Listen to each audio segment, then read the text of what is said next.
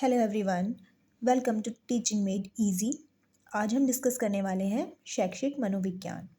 Question है, शिक्षा मनोविज्ञान यानी शैक्षिक मनोविज्ञान से आप क्या समझते हैं? विभिन्न परिभाषाओं के आधार पर शिक्षा मनोविज्ञान का अर्थ स्पष्ट कीजिए।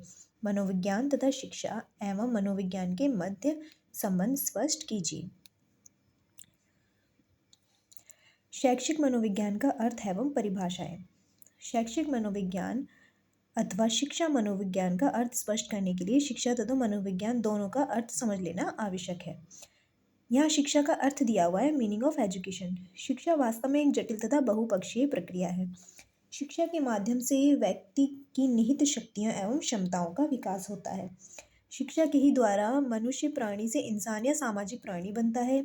शिक्षा का संबंध मनुष्य के जीवन के विभिन्न या यूं कहें कि समस्त पक्षों से है। इससे मनुष्य का शारीरिक, संवेगात्मक, मानसिक तथा चारित्रिक विकास होता है। संकुचित अर्थ में शिक्षा का आशय स्कूल, पाठशाला या विद्यालय में होने वाले अध्ययन अध्यापन से होता है। यह सीमित होती है तथा एक समय पर आकर समाप्त हो जाती है। इसका अर्थ यह है कि संकुचित अर्थ में नैरो मीनिंग जो शिक्षा की है वो ये है कि जो हम स्कूल में पढ़ते हैं उसका तो एक सीमित पाठ्यक्रम होता है, वो एक टाइम पर आकर ख़त्म हो जाती है। लेकिन वास्तव में जो शिक्षा का अर्थ होता है वो है कि कोई भी मनुष्य प्राणी से इंसान कैसे बनता है, कोई भी प्राणी सामाजिक प्राणी कैसे बनता है, जैसे कि उसकी विभिन्न शक्तियों का विकास होना, उसके समस्त पक्षों का विकास होना, जैसे शारीरिक, संवेगात्मक, मानसिक तथा चारित्रिक एक्सेट्रा। आगे है मनोविज्ञान का अर्थ, मीनिंग ऑफ साइकोलॉजी। मनोविज्ञान की ऐतिहासिक पृष्ठभूमि का विवेचन करने से ज्ञात होता है कि यह एक विकासशील विज्ञान रहा है। समय समय पर मनोविज्ञान का क्षेत्र परिवर्तित होता रहा है। मनोविज्ञान के इतिहास के प्रारंभिक काल में इसे आत्मा का ज्ञान अथवा विज्ञान माना जाता था।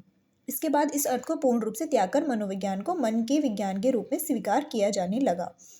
लेकिन कुछ समय बाद यह धारणा भी गलत सिद्ध हुई। इसके विभिन्न कारण थे, क्योंकि मन तो केवल मानसिक वृत्तियों तथा प्रक्रियाओं के लिए प्रयोग होने वाला एक अमूर्त प्रत्यय है। मनोविज्ञान को चेतना के विज्ञान के रूप में प्रतिपादित किया गया बाद में।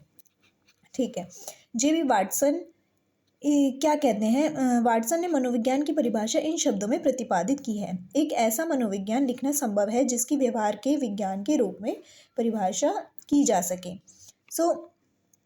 इधर मैकडूगल ने मनोविज्ञान की परिभाषा इन शब्दों में प्रस्तुत की है: मनोविज्ञान जीवित वस्तुओं के व्यवहार का विधायक विज्ञान है।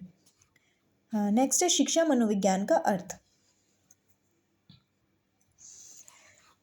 शिक्षा मनोविज्ञान को यहाँ पर श्री एच.आर. भाटिया ने इन शब्दों में स्पष्ट किया है: शिक्षा मनोविज्ञान को स्वयं अपने आप में एक विज्ञान होने का अधिकार है, और यद्यपि इसने काफ़ी सामग्री सामान्य मनोविज्ञान से ली है, लेकिन फिर भी इसका स्वयं का अपना अधिकार तथा विषय क्षेत्र है।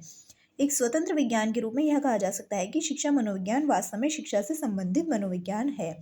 मनोविज्ञान के अर्थ संबंधी उपयुक्त विवेचन से स्पष्ट है कि मनोविज्ञान वास्तव में व्यवहार का एक विज्ञान है, यानी कि यहाँ पे व्यवहार का अध्ययन किया जाता है। इस कथन को ध्यान में रखते हुए कहा जा सकता है कि शिक्षा संबंधी व्यवहार करने वाला विज्ञान ही शिक्षा मनोविज्ञान है। यह भी कह सकते हैं कि शैक्षिक परिस्थितियों में किसी व्यक्ति के व्यवहार में होने वाले विभिन्न परिवर्तनों का व्यवस्थित अध्ययन करने वाला विज्ञान ही शिक्षा मनोविज्ञान है। शिक्षा मनोविज्ञान की परिभाषाएं।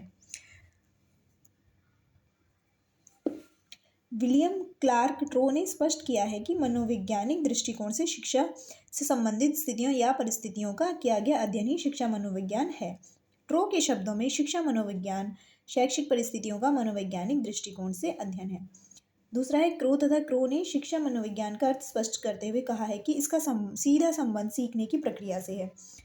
क्रो तथा क्रो के शब्दों में शिक्षा मनोविज्ञान जन्म से वृद्धावस्था तक एक व्यक्ति के सीखने के अनुभवों का वर्णन और व्याख्या करता है।